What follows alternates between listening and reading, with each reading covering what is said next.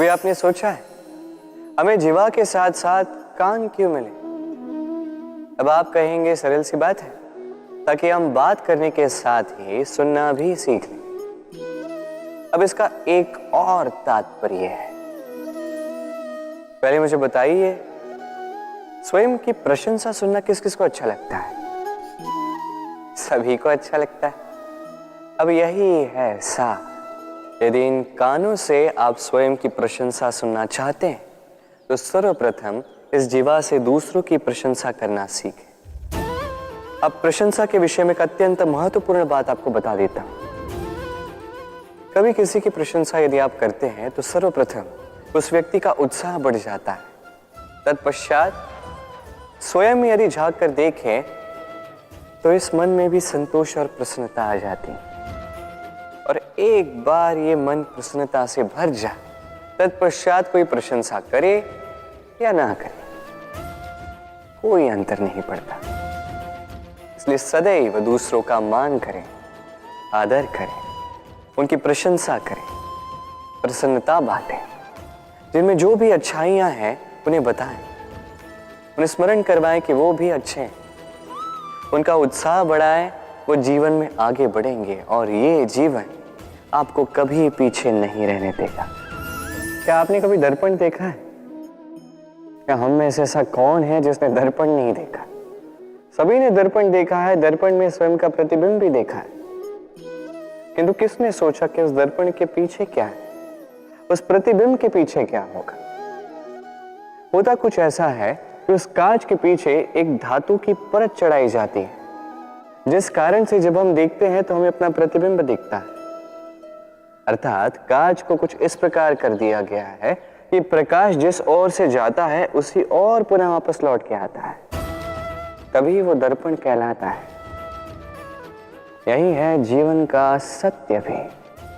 यदि हम अपना पूरा ध्यान केवल लक्ष्य की ओर केंद्रित करते हैं, यहां वहां नहीं भटकते हैं, तो न केवल हम अपना लक्ष्य प्राप्त करने में सफल होते हैं, बल्कि हम दूसरों का मार्गदर्शन करने में भी सफल होते हैं।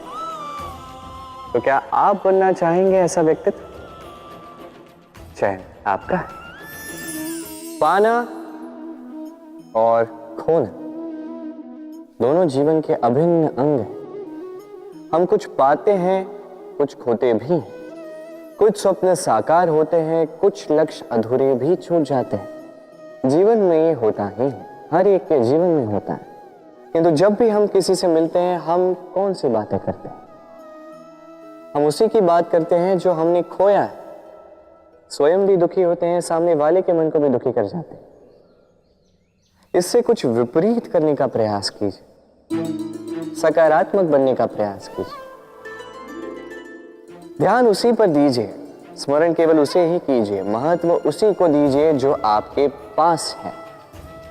जो आपके पास नहीं, उसकी आस में त्रास क्यों सहना? उसी की गिनती कीजिए जो आपके पास आज यहां वर्तमान में है। जैसे मैं कंस मामा की गिनती नहीं करता जिन्होंने मेरा बालपन झंझोड़ा। मैं गिनती करता हूं यशोदा मैया की, मेरे बलराम दाऊ की, मेरी राधे की, जिन्होंने मेरा जीवन संजोया। सोच, ये सोच सच बनकर सामने आती है, ये कठोर सत्य है। क्योंकि सोच ही वो बीज है जो सत्य रूपी पौधे को जन्म देता है, उसे विकसित करता है। अब सोचिए, यदि ये बीज ये अकड़े का हुआ तो ये छाया नहीं, ये केवल कांटे देगा। वही यदि ये बीज बरगद का होगा तो वो एक ऐसे वृक्ष में विकसित होगा जो अनेक वर्षों तक, अनेक पीढ़ियों को छाया देगा, पंछियों को घर देगा। उसी प्रकार ये सोच, यदि ये सोच छोटी सोच हुई तो आपको शंकाएं ही देगी। यदि ये सोच बड़ी हुई तो आपको समाधान देगी। तो सोच समझकर अपनी ये सोच चुनिए। ये सोच आपको शंका भी दे सकती है, समाधान भी दे सकती है। क्या चुनेंगे आप, शंका या समाधान? छोटी सोच या बड़ी सोच? चयन आपका है। जीवन और मृत्यु दोनों जीवन के दो अटल सत्य। जिसने जन्म लिया है उसे मृत्यु प्राप्त होनी है, यही नियति। अब एक बात है, मृत्यु सभी को आती है, जीवन जीना सबको नहीं है। समस्त जीवन व्यतीत कर जाते हैं किंतु जीवन जी नहीं पाते, समझ ही नहीं पाते करना क्या है। जीवन जिए तो जिए कैसे? जीवन जियो तो उस दिए की भांति जो अपनी लौ से असंख्य दियों को प्रकाश देता है, जो बुझते बुझते भी अंधकार से लड़ता है। कदाचित इसीलिए जहां दिए को रखा जाता है उस स्थान को पूजा जाता है, उसे पवित्र माना जाता है। एक बात तो है, मृत्यु सभी को आनी है, चाहे मैं, चाहे आप, चाहे हर कोई एक न एक दिन संसार से जाने वाला है। किंतु आपने इस जीवन में किया क्या, ये महत्व रखता है। और जिसे जीवन जीना आ गया वो मृत्यु के पश्चात भी जीवन जीता है, वो अमर बन जाता है।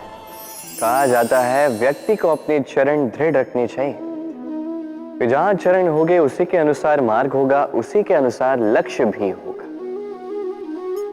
किंतु क्या केवल इन चरणों पर ध्यान देना ही पर्याप्त है? नहीं, इससे कहीं अधिक महत्वपूर्ण होता है आचरण। जैसा आपका आचरण होगा उसी दिशा में आपके चरण होंगे। यदि आपका आचरण उचित हुआ, श्रेष्ठ हुआ, तो देखिए आप पर्वत के शिखर पर भी पहुंच सकते हैं। किंतु यदि ये उचित ना हुआ तो आप उसी शिखर से नीचे धरा पर भी गिर सकते हैं। हाँ, गति के लिए चरणों पर ध्यान देना अति आवश्यक है, किंतु प्रगति के लिए आचरण ही अति आवश्यक है, उसके बिना नहीं होगा। जन्म लेते ही व्यक्ति के लिए ये नाम अत्यंत महत्वपूर्ण हो जाता है। माता, पिता, पुरोहित सारे उन अक्षरों को ढूंढने लगते हैं जिससे आपका नाम आरंभ होगा। किंतु क्या केवल नाम और राशि के एक हो जाने से सब कुछ ठीक हो जाता है? कदापि नहीं, क्योंकि आपके कर्म ये महत्वपूर्ण होते हैं, अन्य कुछ भी नहीं। देखिए, नियति भी आपके कर्मों के अनुसार ही आपका भविष्य नियत करती है। यदि आपको उदाहरण दूं, सोचिए, एक है राम और एक है रावण। दोनों का नाम आरंभ होता है रा से, किंतु एक को मिला भयानक अंत और एक समस्त ब्रह्मांड के अंतर्मन में बस गया। तो स्मरण रखिएगा, ये नाम नहीं, ये कर्म श्रेष्ठ है। यदि आपके कर्म श्रेष्ठ रहे तो आपका नाम कुछ ऐसा बनेगा कि संसार में कोई मिटा नहीं पाएगा। कई बार जब हम कर्म करते हैं, सफलता प्राप्त करते हैं, कठिन परीक्षाओं पर उत्तीर्ण होते हैं, बड़े कार्य करते हैं, हमें लगता है कि संसार से थोड़ी प्रशंसा हमें मिलनी चाहिए, अच्छा लगता है। कई बार हमें लगता है ये हमारे कर्मों का फल भी है, हमें आनंद देता है। किंतु जब हमें ये प्रशंसा नहीं मिलती तब क्या होता है? हम दुखी हो जाते हैं, टूट जाते हैं। ऐसा लगता है किसी को हमारी चिंता ही नहीं है, ऐसा लगता है हमारे आनंद में किसी और को आनंद मिलता ही नहीं है। अनेक विचार आते हैं। किंतु मैं आपसे एक प्रश्न पूछता हूं, अब जो भी कार्य करते हैं, जो भी कर्म करते हैं, क्या केवल प्रशंसा के लिए करते हैं? यदि ऐसा है तो इस विचार को यहीं त्याग दीजिए, क्योंकि ये प्रकृति ये हमें कुछ और सिखाती है।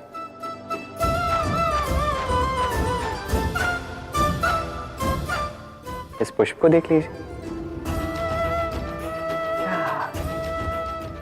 ये सुगंध जो पुष्प देता है, ये जैसे मेरे मन को उल्लासित कर देती है, जैसे मेरे मन में ऊर्जा सी भर देती है ये सुगंध। किंतु विशेष बात तो ये है कि पुष्प को ये कार्य करने के लिए किसी प्रशंसा की आवश्यकता नहीं है। यही है प्रकृति की सीख। जो सच्चा होता है, जो सत्कर्मी होता है, उसे प्रशंसा की आवश्यकता ही नहीं, क्योंकि उसके कर्म ही उसकी सुगंध होते हैं। देखिए, इत्र जो है वो नकली फूलों पर लगाया जाता है, सच्चे फूलों को इसकी आवश्यकता ही नहीं। इसी प्रकार आप भी कर्म करते जाइए एक शुभ भाव के साथ। इस मन को सदैव सदैव शांत रखिए, साफ रखिए। यदि ऐसा करोगे तो आपके कर्म इस प्रकार सुगंधित होंगे कि आपके जीवन में केवल और केवल आनंद ही होगा। तो इसी आनंद के साथ कहिए राधे राधे।